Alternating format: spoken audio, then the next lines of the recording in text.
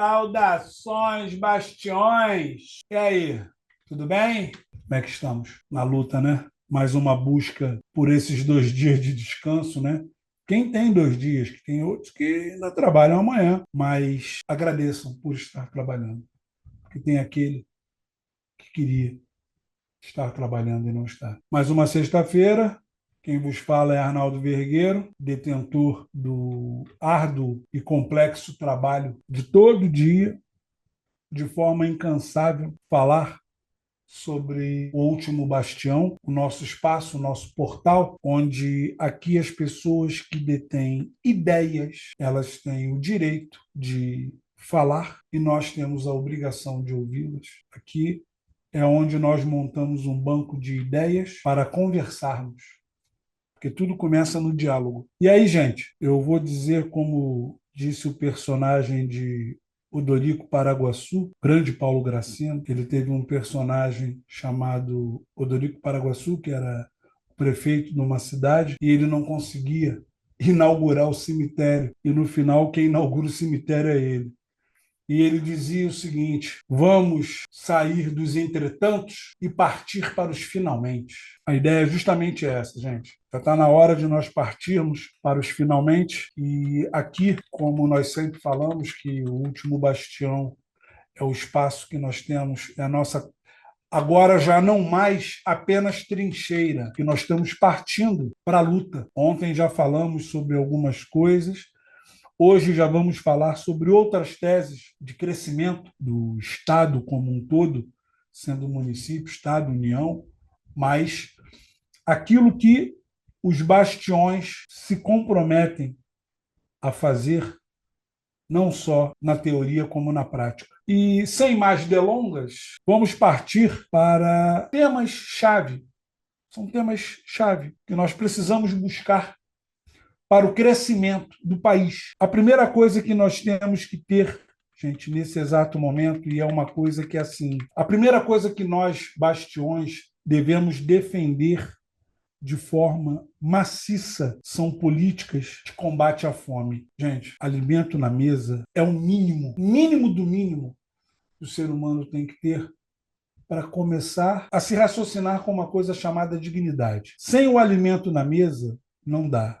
Gente, conceitos de renda familiar, agricultura familiar, o acesso a uma água de qualidade, saneamento básico, são as primeiras coisas que a gente tem que botar na mesa.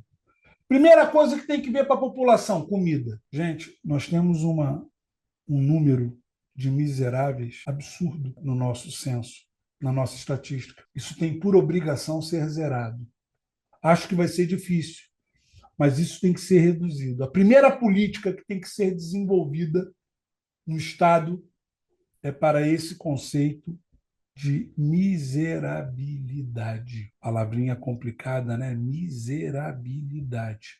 Sabe por quê, gente? Eu vou fazer aqui um paradoxo para as pessoas analisarem bem. O policial que tem uma carreira extremamente honrada, que faz o trabalho complicado de proteger a sociedade da violência, ele combate, em tese, um outro homem que, por meios ilegais e por pensamentos contrários aos de interesse da sociedade, esse indivíduo está defendendo uma causa ilegal e, por muitas das vezes, ele mata ou morre. Mas você concorda comigo que esse policial ele está combatendo um outro ser humano? Cara, tudo bem. É difícil? Muito. Complexo? Muito. E o bombeiro que combate o fogo? Ah, eu vou reagir com água. Muitas das vezes aí vocês veem queimadas em grupos sérios de apoio, né, para reduzir ou acabar com essas queimadas. Combater o fogo é um pouquinho mais difícil. E eu vejo que o estrago causado pelo fogo não proporcional, mas é paralelo ao estrago causado pela fome. Gente, com a fome não tem diálogo, com a fome não tem conversa. Com a fome não dá para chegar e negociar. Pô, peraí, dona Fome, vamos... não dá para discutir. A fome é o seguinte, olha só, meu irmão, se não botar comida na mesa, eu vou matar as pessoas. E como tantos e tantos morrem de fome, eu, na condição de cidadão, eu entendo que a miserabilidade que nós temos hoje como país seria caso para todos, sem exceção, dos que têm obrigação de fazer, inclusive dos que não têm, nós deveríamos ter vergonha de ter um número tão alarmante de miseráveis. Então, gente, fome é o seguinte: a gente tem que resolver. Muitos dos crimes que ocorrem, muitas das pessoas que optam por fazer parte de crime organizado, muitas vão por escolha. Até nem precisariam daquilo. Mas vão porque não. É oportunidade, vou ganhar, porque vai pagar melhor do que ser funcionário de uma empresa, de trabalhar ali 44 horas semanais e tal. Mas eu acredito também que alguns vão pela fome. Eu não tenho filhos biológicos, mas eu imagino o desespero de um pai escutar um filho falar: pai, eu estou com fome. Eu sei, gente, nada justifica o indivíduo partir para a ilegalidade. Só entenda uma coisa: esta pessoa, neste exato momento, ela encontra-se em desespero. Eu não disse que são todos. Eu disse que existe um pequeno grupo que se desespera, perde a cabeça e faz exatamente isso, que é a busca pelo errado. Gente, uma outra ideia que tem que partir, e aí começa a fazer jus àquilo que eu falei ontem, quando nós falamos sobre economia. Economia é a base de tudo. Nada se faz sem economia. Sociedade, que mantém uma sociedade posicionada, chama-se economia. Tudo parte da economia. As pessoas podem chegar e falar assim: uma guerra, a guerra ela tem cunho político e tem cunho filosófico, religioso, como em muitos países no Oriente Médio. Se olhar por trás da guerra, só tem o quê? Interesse econômico. Você pega em determinados países, em tempos de guerra, o chefe do executivo pode fazer uma série de coisas sem precisar passar pelos outros poderes. Na minha definição do que é uma guerra, guerra são dois babacas que não se entendem e que envolvem uma infinidade de pessoas que não têm exatamente porra nenhuma a ver com isso, e essas pessoas se matam, se odeiam, sem saber por quê, não é verdade?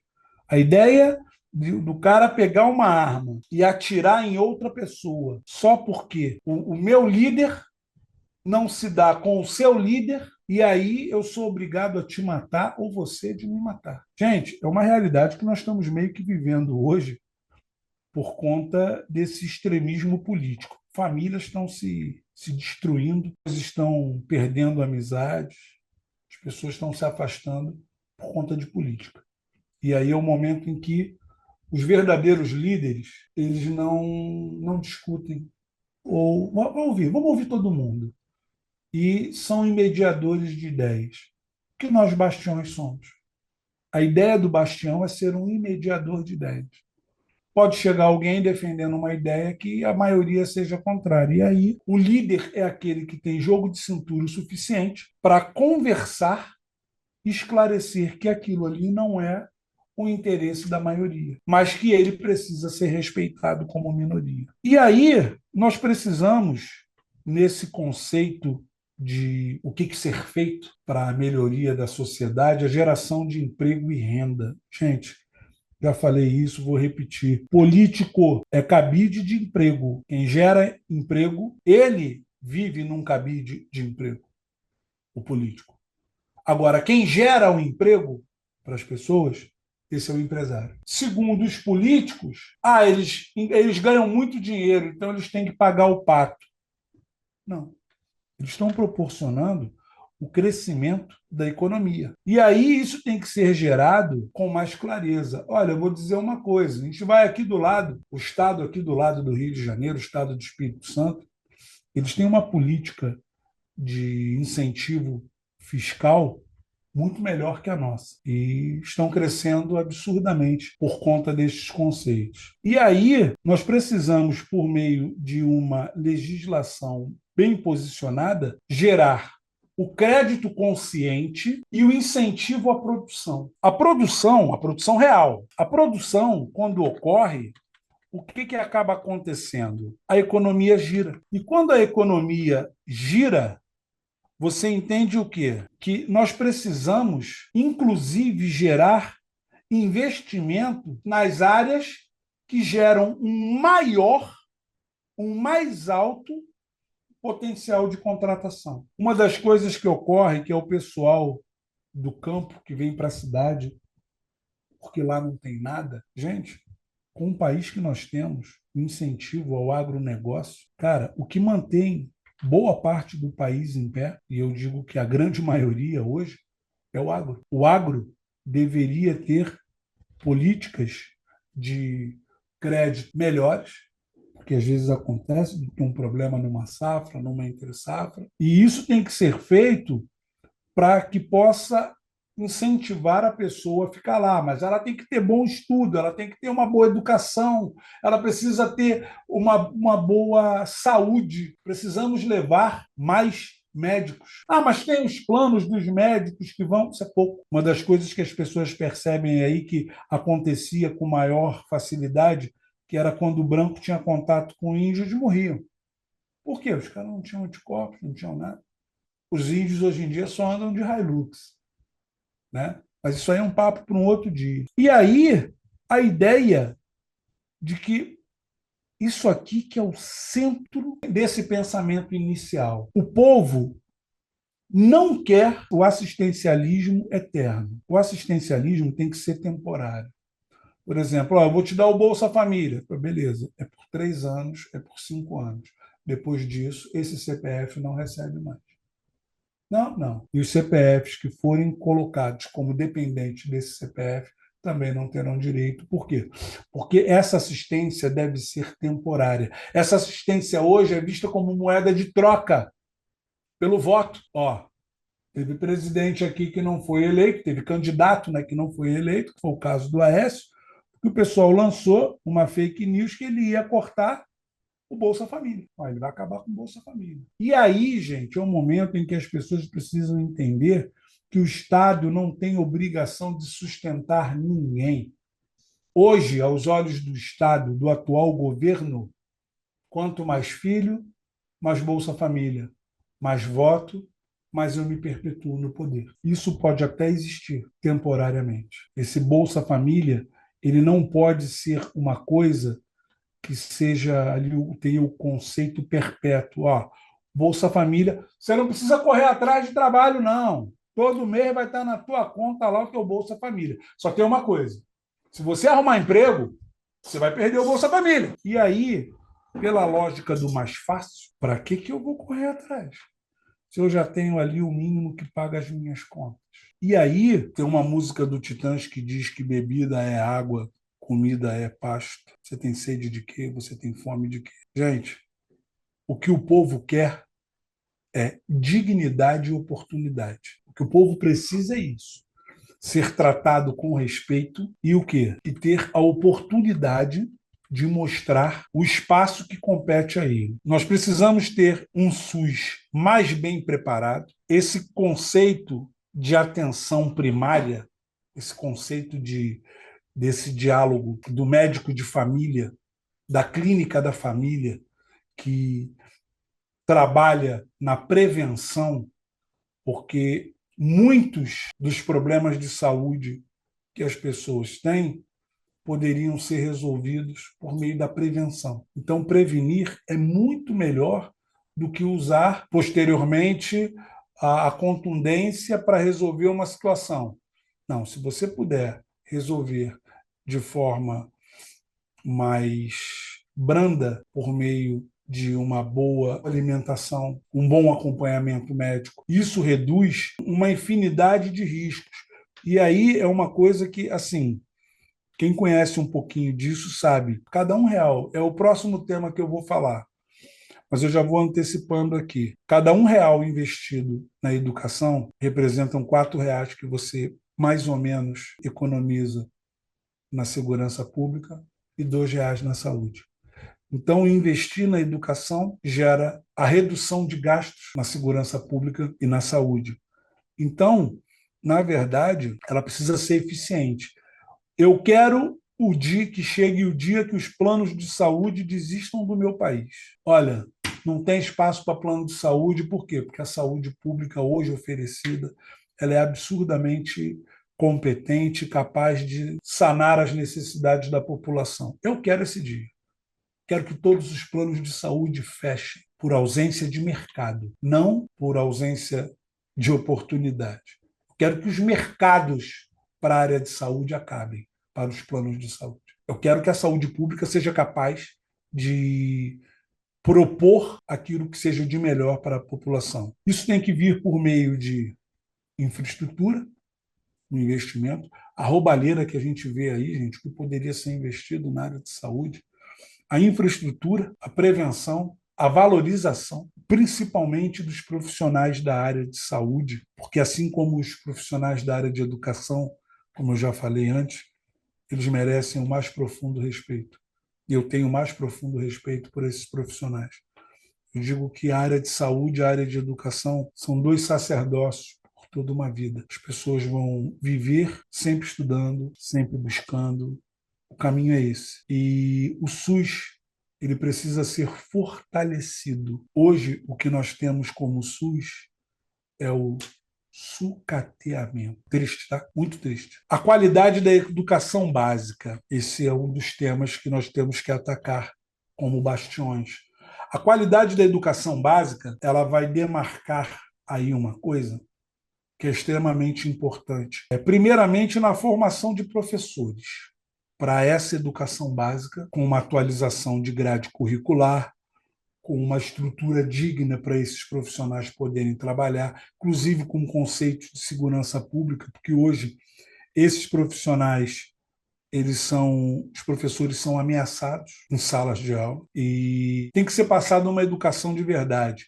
Uma das ideias que eu falo é sobre a ideia dos livros, já falei, vou repetir, dos livros feitos por inteligência artificial, porque eles vão ensinar de forma isenta, e aí o profissional isento só vai lá e corrige um detalhe ou outro, dá aquela pitadinha de sal, aquela pitadinha do tempero e tal, para deixar a coisa compatível com a realidade humana. Mas sempre deixando bem claro que isso não pode ser uma doutrina ideológica, gente. Deixa a pessoa alterar o entendimento ideológico dela quando ela já tiver formação, ela já tem a cabeça dela formada, tá. Então agora eu penso isso porque eu quero, não é porque eu fui induzido a pensar. E aí, principalmente quando a gente fala da educação básica, eu sou velho, e aí eu falo sobre. Antigamente nós tínhamos o CA, que é o Centro de Alfabetização, né? E depois vinha o primário, primeira, segunda, terceira e quarta série. Gente, tudo que a gente carrega por toda uma vida nos é ensinado no primário e algumas coisas no ginásio. O restante, na minha época, era a fase que você deixava de usar o lápis e começava a usar a caneta. É a fase onde você deixava de chamar a professora de tia para chamar de professora, quando você ia para a quinta série. E isso é o seguinte: o que você aprende no segundo grau é uma base para o que você vai usar amanhã depois como faculdade. E se você chegar e me perguntar, pô, quando foi que você usou na sua vida particular uma divisão de polinômios? Pois aí, nunca usei isso, não. Não, não. Se me perguntar hoje o que que é, eu nem lembro. Estou sendo sincero. E uma coisa para a gente finalizar sobre esse tópico da qualidade na educação básica. Gente, não existe país desenvolvido sem uma educação forte. Educação e saúde não se discutem. É como a fome. Não tem conversa. Tem que ser aquilo que realmente está acontecendo como realidade. Nós precisamos ter infraestrutura sustentável a respeito. Saneamento básico de energia, transporte. Gente, transporte, então, hoje em dia, muitas pessoas, hoje, eu defenderia a ideia da pessoa que esteja desempregada, ela tenha direito a um vale de 4 passagens no dia para que ela possa buscar um emprego. 4 passagens para que eu possa ir na rua colocar um currículo. É uma outra coisa que eu defendo que o Estado tem que desenvolver meios para que esse currículo possa ser enriquecido e não só enriquecido, como impresso. Algumas empresas ainda só recebem currículo impresso, mas a ideia desse currículo ser montado para essa pessoa, e esse currículo ele precisa estar disponível para que ele possa concorrer ao emprego e ter um crescimento, gente, que isso precisa ser planejado, isso precisa ser organizado. Os órgãos públicos precisam realmente se voltar para aquilo que é importante. Então, eu entendo que a qualificação, por meio de uma melhor oportunidade para o mercado de trabalho, a qualificação, o Estado gerar essa qualificação, mas essa qualificação correta, não é a qualificação que muitas universidades dão, não. Porque muitas vezes a universidade ela pensa assim: olha só, o currículo para o profissional tal é esse aqui. E ela vai lá e gera. Esse profissional está pronto, ele tem o diploma. Quando ele vai para o mercado na prática, o que ele precisa ter como conhecimento não é aquilo que a universidade, normalmente universidade particular, a universidade particular proporcionou. Esse cara precisa ter um currículo compatível. Olha só, as necessidades do mercado são essas aqui. Quem tem a obrigação de traçar essas necessidades? O Estado. O Estado vai ver. Estão buscando mais em cima disso aqui. Tem secretaria para isso. Secretaria de Desenvolvimento, o que for. Mas é ele que tem que fazer isso. E aí, em cima disso, gerar cursos gratuitos para que as pessoas possam estudar. Por que meio? Internet. Porque se você colocar o cara para estudar pela internet, inclusive você vai baratear esse deslocamento. Esse indivíduo não vai precisar se deslocar e não vai gastar essas passagens. Ele vai deixar para gastar essa passagem no momento em que ele precisar correr atrás do emprego. Uma outra coisa, nós já falamos da economia verde e agora nós vamos falar da transição energética. Gente, nós precisamos, por meio muito sério, partir para conceitos de economia, de energia, mas por meio de uma energia limpa e sustentável. Gente, o governo precisa começar a raciocinar a redução. Aqui no Rio de Janeiro existem leis para isso, mas nós precisamos olhar isso como um todo para o país, sobre a prestação de serviço na área de energia. Nós precisamos baratear energia. Hoje, quem paga por energia elétrica, eu pago pelo indivíduo que tem gato. Hoje, a média é mais ou menos um por um. Uma pessoa que paga R$ 500 de energia na conta de luz, ela pagaria no máximo 250. Os outros 250 é por conta de alguém que está cometendo o crime de furto de energia e alguém tem que pagar essa conta. Não é a empresa que vai pagar. E também a respeito desse conceito, dessa energia limpa, incentivar essas teses que, no caso, elas estão ali em volta do meio ambiente, até mesmo porque hoje já tem empresário que, por meio da captação de energia solar, eles estão vendendo energia. Isso já tem um tempo. Os caras estão vendendo energia, eles estão vendendo para as empresas, né? Aqui no Rio de Janeiro é a Light, em outros lugares tem a Ampla. Então, cada lugar tem uma empresa que gera a energia.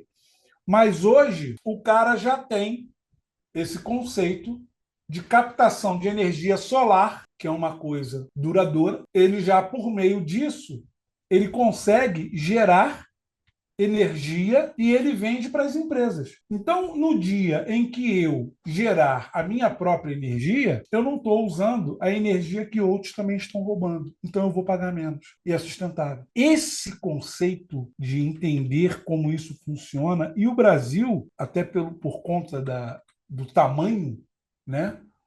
Nós temos 8,5 milhões de quilômetros quadrados. Eu aprendi na escola que a extensão territorial do Brasil era de 8.511.965 quilômetros quadrados. Agora eu já vi em alguns lugares uma metragem diferente. Mas o Brasil, o Brasil em terras contínuas é o quarto maior país do mundo. Gente, o que tem de terras aí que as pessoas poderiam investir na área de energia, e isso gerar, inclusive, isso ser vendido para outros países. Eu sou bem sincero, se eu sou um cara rico, eu investiria nisso. Eu tenho um grande amigo, um grande irmão mesmo, que ele trabalha hoje com energia solar. Eu vou ser sincero, se um dia eu me tornar, eu acho que eu não vou conseguir, não. Mas se um dia eu tiver uma situação um pouco mais tranquila, por meio de energia solar, você consegue fazer uma boa fonte de renda, tá? Pensem nisso. Gente, uma outra coisa que as pessoas precisam atacar, e muito, que nós já falamos aqui, agora nós vamos ser um pouco mais específicos, até como um outro conceito, que é a ideia da segurança pública. Só que as pessoas pensam em segurança pública apenas o seguinte: ó, teve um crime ali, aí a segurança pública vai lá. Não, não é isso não. O conceito de segurança pública ele é um pouco maior que isso. O que, que acaba acontecendo? A segurança pública ela entra com um trabalho de prevenção. Segurança pública ela tem que entrar com conceitos na inteligência. A polícia precisa se modernizar. Não tem condição com o que hoje, o que é proporcionado pelo Estado. Vai dizer, o Estado não tem dinheiro. Tem sim. Para de roubar para ver se não aparece o dinheiro. Para de roubar. Só esse escândalo do INSS aí, que agora já só de empréstimo já está chegando em 90 bi. Se você pegar para 26 estados, ia dar mais ou menos 3 bi e pouco. Pega 3 bi e pouco, proporcionalmente, né? Divide ali entre os estados, mas botar aí 3 bi e pouco para cada estado, investisse isso aí em segurança pública. Porque o policial ele quer trabalhar da forma honesta, gente, mas ele precisa ser bem pago. As pessoas só pensam em segurança pública na hora que o bandido bate na tua porta, ou quando você acabou de ser roubado. Caso contrário, as pessoas que lutam por conceitos, tem que desarmar a polícia. Gente, não fala besteira. Tem que desarmar o bandido. E os policiais que não defendam a bandeira da legalidade e se comportem como bandidos, que sejam punidos com rigor da lei. Então, isso precisa ser feito por meio de inteligência, essa reintegração social, aproximação da polícia com a sociedade. Eu tenho certeza que isso vai gerar muito menos tiro, muito mais preparo, com uma política pública que seja realmente real. Porque eu imagino o seguinte: todo bandido, um dia, ele teve idade suficiente que os pais pudessem puxar a orelha dele e mandar ele para a escola ou mandar ele ir brincar. Só que quando você olha a atual situação, vai mandar para qual escola? Vai mandar brincar onde? Aí o que, que esse indivíduo tem dentro da sociedade? Do convívio dele? Ele tem o tráfico. E pasmem, o percentual de pessoas que buscam a solução no ilícito é mínimo. O número de pessoas de dentro de uma sociedade que sejam não só favoráveis, mas que sejam voltados para a ilegalidade, eu digo que dentro de uma comunidade não dá menos de 0,5%. Mas, em compensação, eles fazem uso da força. Eles têm armamento. Esse armamento não é fabricado aqui no Brasil. Ele entra por onde? Pois é. Olha aí o dinheiro para fiscalizar, para não permitir que isso aconteça. E, a propósito, gente, o crime organizado ele realmente é organizado. Hoje, o tráfico, as empresas ilegais da área de entorpecentes, elas hoje, elas fizeram, eu digo que elas fizeram como o Aedes aegypti. O Aedes aegypti foi um mosquitinho que chegou, ele tinha um comércio, que era a dengue, e ele foi trabalhando, trabalhando, ele ampliou para onde? Ele ampliou para zika e para chikungunya. Então, hoje, o Aedes aegypti é um empresário. Ele tem mais de uma fonte de renda. Se ele não está na dengue, ele está na zika ou na chikungunya. Assim é o tráfico, o crime organizado. Que hoje ele age em relação às drogas ilícitas, as drogas ditas ilícitas, o percentual hoje dele de atuação é absurdamente menor. E para algumas facções já não compensa mais a distribuição no varejo. Estão preocupados com o atacado, de pegar a droga em larga escala e mandar para fora. Porra, eu não preciso pagar soldado, eu não preciso pagar o olheiro. Não, não, não. Numa atacada só eu vendo muito mais, eu ganho no atacado. Hoje, eles se importam com a venda de cigarros proibidos aqui no país, cigarros irregulares. Hoje estão dominando alguns mercados lícitos, como todo mundo sabe, algumas empresas de serviço, muitas casas de shows, tem sempre alguém por trás. Hoje, como foi pedido agora, e foi complicado, porque os Estados Unidos pediu para que reconhecessem aqui facções criminosas como, como criminosas pelo Brasil, mas o Brasil não reconhece. Então, se o Brasil não reconhece, como é que eles vão conseguir reconhecer lá fora? Hoje, em estados fora do Brasil, as facções criminosas já têm ali ramificações bem pesadas. E, como já expandiram o negócio, hoje, antigamente, quem ia muito preso eram só os advogados. Agora são os advogados e os contadores. Porque eles pegam, colocam algumas pessoas com o nome limpo e se organizam e montam as empresas. Gente, a transformação digital e a inovação, né? Nós estamos falando da tecnologia, que isso gera royalties, uma série de coisas, isso é extremamente importante. É mais um princípio que nós precisamos ter, esse respeito, esse conceito. Uma agricultura sustentável, nós já falamos, combate à corrupção, nós já conversamos sobre isso também. E aí nós vamos chegar no fortalecimento da democracia e dos direitos humanos, como já foi dito. Direitos humanos para humanos direitos. Mas garantir que essas instituições fortes possam atuar para todos, não para pequenos grupos e interesses ali. Com isso, amigos, nós chegamos a essa conclusão, que nós não aguentamos mais essa maquiagem, né, essa propaganda que eles colocam, que eles disponibilizam para a gente. Nós precisamos fazer alguma coisa. E o que eu sempre digo em caráter inicial, diga não à reeleição. Salvo raríssimas exceções para a Câmara dos Deputados e via reflexo as Assembleias Legislativas Estaduais e futuramente as câmaras de vereadores, mas para o Senado, não. O Senado é 100%. Os 66% que nós vamos mudar agora deveriam ser alterados em 100%. Eu vou votar em 2 senadores. Certamente, eu não vou votar nos 2 que vão estar completando os 8 anos de mandato, que podem até estar sendo renovados. Mas a ideia é: diga não à reeleição. Então, a ideia dos bastiões é buscar, além destes princípios, estes conceitos, a ideia do triplo C. Comenta, curte, compartilha. Montem grupos de WhatsApp. Vamos conversar. Coloquem o meu telefone. Esse telefone aqui, ó, é meu. Meu telefone. Fala direto comigo. Não liga porque eu não atendo. Se mandar mensagem para o WhatsApp, mensagem de hater, vai perder o tempo porque eu vou bloquear. Mas montem grupos de WhatsApp, montem grupos de Telegram e coloquem o meu nome. Vamos montar o maior e mais importante banco que esse país já teve, que é um banco de ideias, onde, independentemente do seu pensamento ser de direita, de esquerda, a gente possa dialogar. Sem diálogo não tem condição. Então, gente, anotem o meu telefone, que é 21 976 999 387, está aparecendo aqui embaixo. 976-999-387. Me incluam nos grupos. Vamos conversar. Vamos mediar essas ideias. Vamos aproveitar o que ainda nos resta como conceito, como ideia. Nós precisamos de ideias, novas ideias para antigos ideais.